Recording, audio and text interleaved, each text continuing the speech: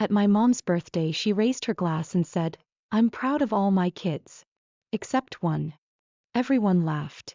I smiled, took out a small white envelope, and dropped it into her champagne glass. She screamed when she saw what was inside. The evening was doomed from the start. I walked into the house around 6:30, snow still clinging to my coat, holding her gift like it was made of porcelain. A silk scarf from Italy wrapped with care. The whole place smelled like vanilla and roasted meat. Somewhere in the background, Christmas music was playing, cheerful, hollow, and completely out of place. Coats hung on the rack near the door, fur, cashmere, designer labels that whispered expensive. Mine looked like a thrift store find in comparison. The guests were already gathered in the living room. My mom, Carol, sat right in the center of the couch in a bright red dress, her earrings glittering like she'd been crowned queen of the evening. My dad, George, sat beside her, quiet and polite, his default setting at events like this. My older sister Emma was admiring her perfect manicure and laughing with Aunt Leslie. My younger brother Lucas was deep in a loud debate about luxury cars with a few cousins. When I stepped in, Emma gave me a quick glance, cold, uninterested. "Oh, you came," she said like I was a pizza delivery no one remembered ordering. I forced a smile. "Of course," I replied. "Wouldn't miss it." Mom didn't even bother standing up. Just waved her hand. "Put the gift over there and find somewhere to sit. Dinner's almost ready." I hung up my coat and placed the small gift box with the others. Most of them massive, glossy, branded shopping bags that looked like they belonged in a window display. Everything looked festive. But it felt empty. And not the kind of empty that catches you off guard. The kind you get used to. While the servers passed around champagne, I stepped to the far end of the long table. No one offered me a closer seat. That's when I saw it.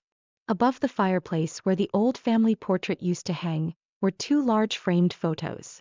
Matching expensive frames. Hung with care. In one, Emma stood in front of the Eiffel Tower, dressed in an all-white designer outfit, striking a pose that screamed magazine shoot. In the other, Lucas stood proudly in a sleek modern office, holding a plaque that read Startup of the Year. There was no photo of me. There used to be an old graduation picture back when I still tried to smile. No, just empty space. Like I'd been quietly erased. I looked away, took a glass of champagne, and didn't say a word. Dinner was served. The food was extravagant. Duck with orange glaze, truffle mashed potatoes, tiny sculpted salads in glass bowls. It all looked beautiful, smelled like money, and tasted like nothing. The conversations revolved around the usual things. Other people's success. Emma bragged about her new collection in Paris. Lucas talked about opening his first coffee shop. Aunt Leslie, bless her, went full fan club. "You have such a talented family, Carol." Mom beamed like she'd raised royalty. Not a single person asked me a thing. Even Dad, who normally tries to play neutral, just nodded at me when I sat down, then forgot I existed. At one point I mentioned quietly that I'd just moved into a new apartment. Mom didn't even pretend to care. "Emma, did you tell them about Paris?" she said, cutting me off and passing her another glass of champagne. I looked down at my plate and focused on my fork. In this house I've always been background noise. Furniture. A glitch in their perfect design. By the time the toast started, I already knew how the night would end. Dad, half-hearted, to family health. Aunt Leslie, to our children's success. Lucas, half-joking, to the burden of being a genius. Cue laughter. And then, Mom stood up. The room quieted. Glasses clinked. She adjusted the silk scarf on her shoulder and looked around with pride. "I'm proud of my children," she said. Loud. Clear. Proud of Emma, our shining star. Proud of Lucas, so bright and kind. He paused for effect. I held my breath. Then she smiled. "I'm proud of all my children, except one." Laughter rippled through the room, nervous, forced, a few stifled chuckles. Dad smiled into his plate. Emma covered her mouth like she was embarrassed. She wasn't. Lucas raised his glass toward me, smirking. I didn't cry. Didn't hunch or shrink. But something inside me finally, quietly, clicked shut. Like a door that had been waiting years to close. I stood, picked up my purse, and took out the envelope. Walked over to Mom. Her glass was already on the table. She wasn't even looking. I lifted it gently and slid the envelope into the bottom of the flute. A neat little rectangle visible through the glass. Inside was a short note and a link to a shared drive. What's this? She frowned. I didn't answer, just gave a small smile and walked toward the door. Nora. Aunt Leslie called after me. Where are you going? I didn't respond, just grabbed my coat and left. Outside the sky was already dark. The snow fell in soft, lazy flakes, glittering under the street lamp like scattered diamonds. I took a deep breath of cold air, and for the first time in a long time I felt it. I'm not losing a family. They already lost me. I shut the heavy front door behind me and stepped into the cold hallway. Then I stopped. The silence inside the house was so sharp, it felt like it rang in my ears. That kind of silence where your body instinctively holds its breath, like the world is bracing for something. I took one step, then another. Each footfall echoed a little too loudly in my chest. And then, from somewhere deep in the living room, came my mother's scream. Not angry, panicked, high-pitched. Crack. I froze. And in that instant I knew. They opened the envelope. They saw everything. I didn't turn around. Didn't run back to explain. I just kept walking. Toward my car parked at the edge of the long driveway. The air stung my skin, the snow crunched softly beneath my boots. But inside I felt calm. Cold, steady calm. I got in, shut the door, turned the key. The engine rumbled to life. Headlights cut through the snow like blades. And just as I pulled onto the empty street, my phone buzzed on the passenger seat. Her name lit up the screen with that soft, familiar glow. I glanced at it for half a second, then turned the phone face down. 3 seconds later, buzz again. That. I gripped the steering wheel tighter. Buzz. Lucas. Then came the text from Emma. You need to explain. How could you do this to us? No expression on my face. Just silence. I flicked the phone to silent, let the vibrations fade into nothing, and kept driving forward. Through the snowstorm, through the night, through every guilt trip they'd ever fed me, the pressure to stay quiet, to be the peacemaker, to forgive without reason. Because now I understood. What they really wanted wasn't peace. It was silence. And I wasn't giving them that anymore. I started thinking about how it all began. From the start I was the extra. The placeholder between the golden children. Emma the oldest, family pride and joy. A star. Lucas the youngest, bright, charming, endlessly adored. Me. The space between them. The backdrop. Mom used to say, "You're so independent. So easy." Easy meant invisible. When I won awards, I got a silent nod. When I moved into my first apartment, a smiley face in the family group chat. That's it. When I asked for help, "You're strong. You'll manage." So I managed. Worked. Paid rent. Covered bills I couldn't afford. Sent money to help them out even when I was barely scraping by. Quietly hoping, naively, that maybe one day they'd see me. That it would matter. But the truth was different. When Emma had an art show, they bought her gowns that cost more than my rent. When Lucas dropped out of yet another program, Mom took him out for mental health lunches at 5-star restaurants. Me. When I asked for a small loan to get a root canal, Dad sighed and said, "Times are tough. We just can't afford that right now."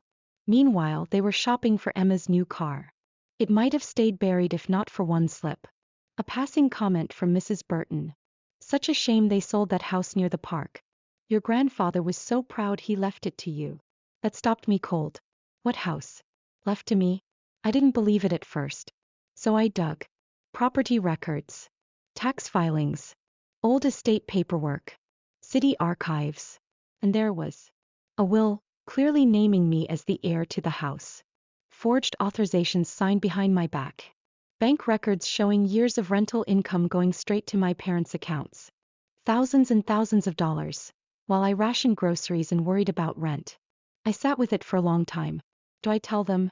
Walk away quietly? Take them to court?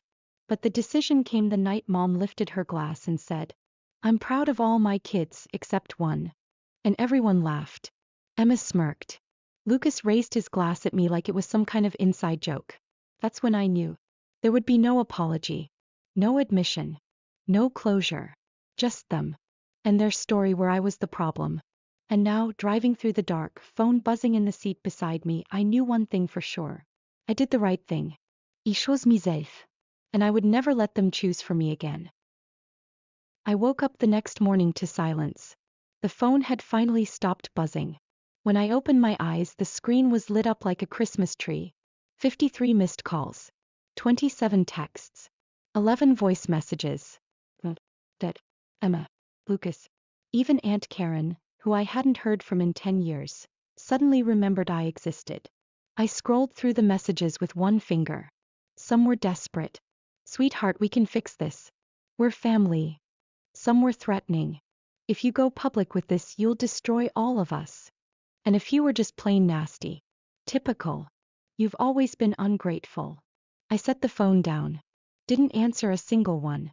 By lunchtime, another message came in. This time an email. From my father. Short. Told. Be reasonable. You don't want a war. No one wins. Signed.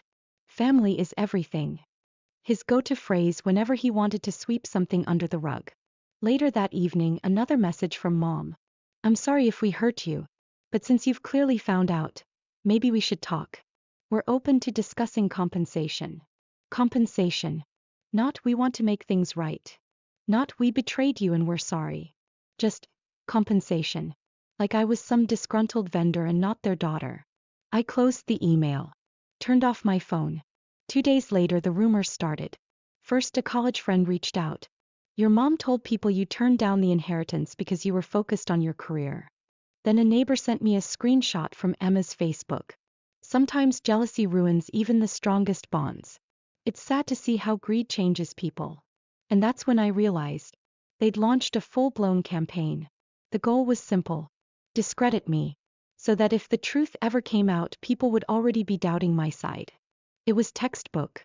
First silence me, then ruin my reputation, then play the victims. So I spent the entire next day in a lawyer's office. Her name was Miss Bennett. Sharp, no-nonsense, mid-40s with eyes that didn't miss a thing. When I laid everything out, the will, the documents, the tax records, she didn't flinch. Just nodded. You have a rock-solid case. The house is legally yours. They've been collecting income they had no right to. I hesitated. What about the lies? The posts, the gossip? She frowned. Unless they cause you measurable harm like loss of income, it's hard to prove defamation. But if they keep it up, we can build a case. You'd be surprised what counts once there's a pattern. I nodded. Her confidence was exactly what I needed. So what do I do now? First, document everything. Screenshots, messages, emails. Every single piece. Second, keep everything formal. Third, no more private communication. All contact goes through me. On the drive home, one thing became clear. They weren't going to stop. To them, the truth was dangerous. And I was the traitor who'd chosen herself over their script. But I wasn't scared anymore. I wasn't the old Nora who quietly cleared dishes while everyone toasted Emma. I knew exactly what their family values were worth. And I knew what I was worth now too. That night, I opened my laptop. Wrote a new email. Attached the scanned copy of the will. Attached all relevant documents confirming my legal ownership. And sent it to Mom, Dad, Emma, and Lucas. Subject line. Formal notice of property ownership. All further communication through legal counsel. No emojis. No explanations. No begging. Just facts. They wanted a war. But they forgot one thing. I'm not their background character anymore. The letter Miss Bennett sent on my behalf was about as warm as a blizzard. 2 pages. 0 pleasantries. And each sentence landed like a warning shot. Laid everything out. The house legally belonged to me. And my parents had collected rent on it for years while forging my signature behind my back. They had 5 business days to respond, or we'd file a civil suit for restitution and damages, and forward evidence of fraud to the district attorney. It should have felt like a victory. But it was far from over. This was just the opening move. I spent the next 3 days waiting for the sky to fall. The first, nothing. Just silence. No angry texts. No late-night calls. Not even a passive-aggressive meme from Emma. Which frankly was suspicious. Then it started. Not with a bang but with a seal. A sleek white envelope slid through my mail slot. No return address. Just my name in perfect, printed serif. Inside, a revised agreement from a law firm I'd never heard of. The header made me squint. Whitmore Law. The letter was condescendingly cordial. I was encouraged to resolve this unfortunate conflict privately and avoid unnecessary emotional distress by signing a mutual agreement. It sounded reasonable, if you didn't actually read it. The fine print. I'd be surrendering all claims to the property, forfeiting any right to sue, and agreeing never to discuss it publicly. In exchange, a payout that wouldn't even cover 2 years of rent in this city. Oh, and I'd have to sign a lifetime non-disclosure agreement. Classic corporate strategy. Pay the problem to shut up. I didn't even bother forwarding it to Miss Bennet. Just tossed it onto the kitchen counter and laughed, dry, tired, bitter. The next day another envelope. Same white paper. Same we can resolve this like adults tone. Different terms. Slightly higher payout. And a new clause. I'd also have to sign a statement retracting any prior defamatory implications regarding the Hale family's financial conduct. In plain English, they wanted me to say I lied. I started keeping the envelopes in a drawer. I didn't read most of them. I just watched the pile grow. And then I noticed the car. It showed up on Thursday. Tinted windows. Parked across the street and facing my apartment. Could have been anyone. A neighbor. A delivery guy. A random car. But it was there again on Friday. And Saturday. Same model. Same spot. Lights off. Engine silent. I started checking the locks. Twice. Then 3 times. And just when I was starting to think maybe I was imagining things, maybe the stress was getting to me, there was a knock at the door. It was 9:47 p.m. I checked the peephole. 2 men. Suits. One holding a clipboard, the other just standing there. Hands in his coat pockets. I didn't open the door. Miss Hale, one of them called out. We just need a quick signature on something. For clarification. Clarification. Sure. I'm not signing anything, I said through the door. Of course. Of course. He chuckled like we were old friends. No pressure. Just easier if we handle this quickly. I said nothing. After a moment, footsteps retreated. When I opened the door a crack a few minutes later, they were gone. But a folder had been slid onto my welcome mat. Inside in thick black letters. This can end now if you sign. That night I called Miss Bennet. My voice shook for the first time since this started. He didn't panic. He just said, pack a bag. Go stay with someone. Do not go home tonight. I grabbed my essentials, laptop, documents, the envelope pile, and booked it to Christina's. Her apartment was barely bigger than my old dorm room. The couch had a sinkhole in the middle and her dog immediately took over my blanket. It was the safest I'd felt in weeks. I broke down. For a full minute. No words. Just that silent, gut-deep kind of crying that doesn't need sound to hurt. They're acting like I'm dangerous, I finally said, voice barely above a whisper. Like I'm a threat. Christina didn't miss a beat. No. They're acting like you have power. That's new for them. She made tea. I couldn't drink it. But I held the mug just to feel something warm. 2 days later, while I was still camped on her couch, Miss Bennet called with a different tone. Tighter. Sharper. I found something, she said. Turns out Cal Whitmore, yes, that Cal, had advised my family from the very beginning to suppress the will. Worse, one of his junior associates had leaked a thread of internal emails that proved he knew the POA forms were forged. Cal didn't just take on the case. He orchestrated the whole campaign. Miss Bennet filed a complaint with the state bar before lunch. By dinner, we'd forwarded the new documents to the district attorney's office. And just like that, the air changed. Suddenly, the silence wasn't mine, it was theirs. No more letters. No more cars. Nora Hale had stopped playing defense. We didn't announce anything publicly. No posts. No leaks. No threats. We just prepared for trial. And that's when they made one last attempt to buy me off. Another envelope. This one delivered by courier. Inside, a 6-figure offer. A pre-written apology. And a full release clause. All I had to do was sign. And pretend none of it ever happened. I stared at the paper for a long time. Thought about the years I spent scraping by while they collected rent off a property I didn't know I still owned. I thought about every holiday dinner where my chair was optional. Every text left on read. Every time I got "we can't help right now," while Lucas got another gift-wrapped safety net. Then I thought about the knock at my door. Her folder.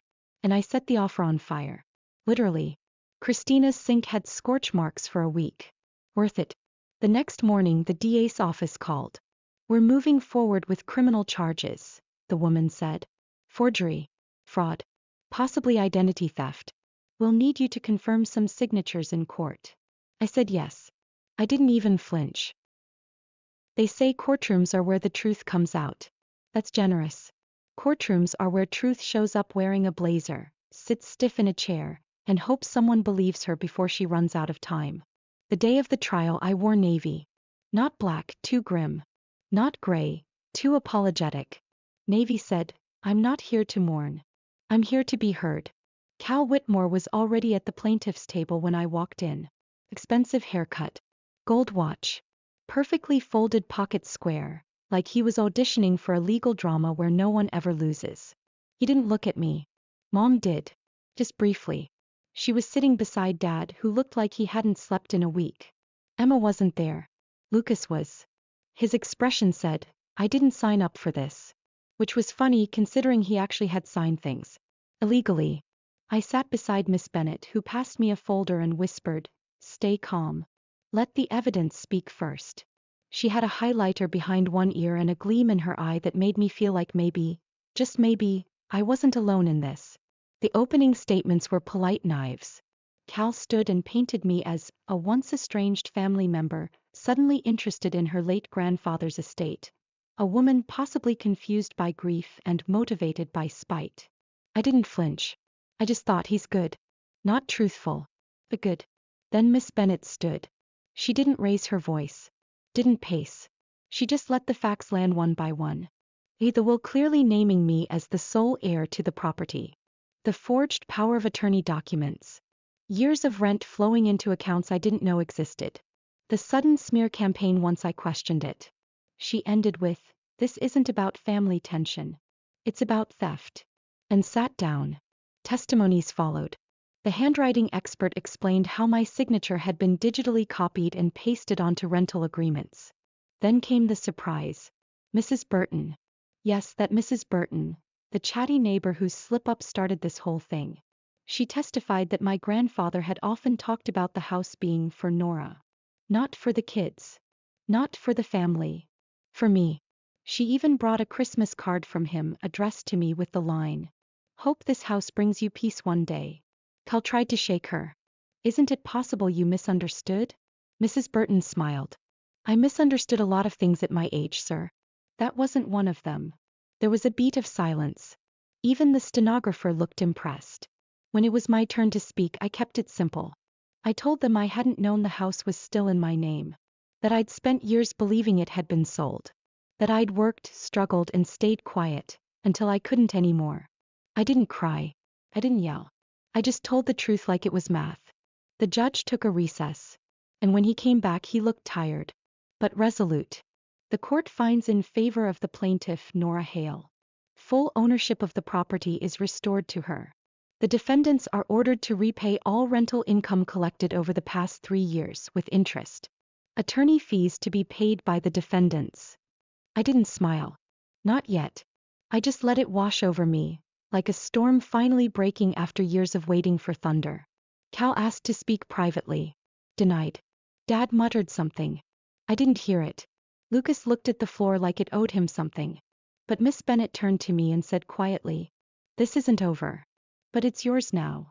2 weeks later, the DA filed criminal charges. Dad, forgery, real estate fraud, and identity theft. Emma wasn't charged, but a formal defamation complaint was accepted. And Cal Whitmore? Turns out, encouraging clients to suppress a valid will and falsify POA documents isn't great for your license. His name popped up in a bar ethics review. His firm dropped my parents 2 days later. That part wasn't public. But word got around. Emma's sponsorships started evaporating. Quietly. Politely. Like people stepping away from a fire before it spreads. Mom lost her part-time job when a local blog picked up the story. Apparently, customers didn't love being helped by a woman accused of defrauding her daughter. Dad took some sort of warehouse job out of town. Lucas tried to go back to school, but no one's paying his tuition this time. Me. I moved into the house. Not with fanfare. Just with a key that finally belonged to me. The mailbox now reads, Nora Hale. One evening, I hung a photo on the hallway wall. It's not dramatic. Just a candid someone took years ago. Me mid-laugh, blurry around the edges. It's not perfect. But it's mine. Michael helped hang it. He didn't ask about the court. He just made sure it was straight, kissed my shoulder and said, Want help with the garden next weekend? There's a ring in his pocket. I know it. He knows I know it. We're not rushing. Christina visits often. She brings pie that always burns a little. Sam drinks juice from a cereal bowl because he forgets glasses exist. Laura brings her dog who's somehow gotten bolder about stealing food. It's chaotic. Loud. Beautiful. It's family. The kind that doesn't ask you to shrink. Sometimes people ask if I regret not settling. Not just taking the money and walking away. And I always say no. Because the truth wasn't for them. It was for me. They lost their daughter long before the courtroom. I just made it official. So, what do you think? Did I do the right thing? Was I justified in taking it to court, or should I have just let it go, for the sake of family? I'm still figuring out how to feel about all of it. But one thing I know for sure. Silence protects the wrong people. If you made it this far, thank you. Seriously. And if you want more stories like this, don't forget to hit subscribe.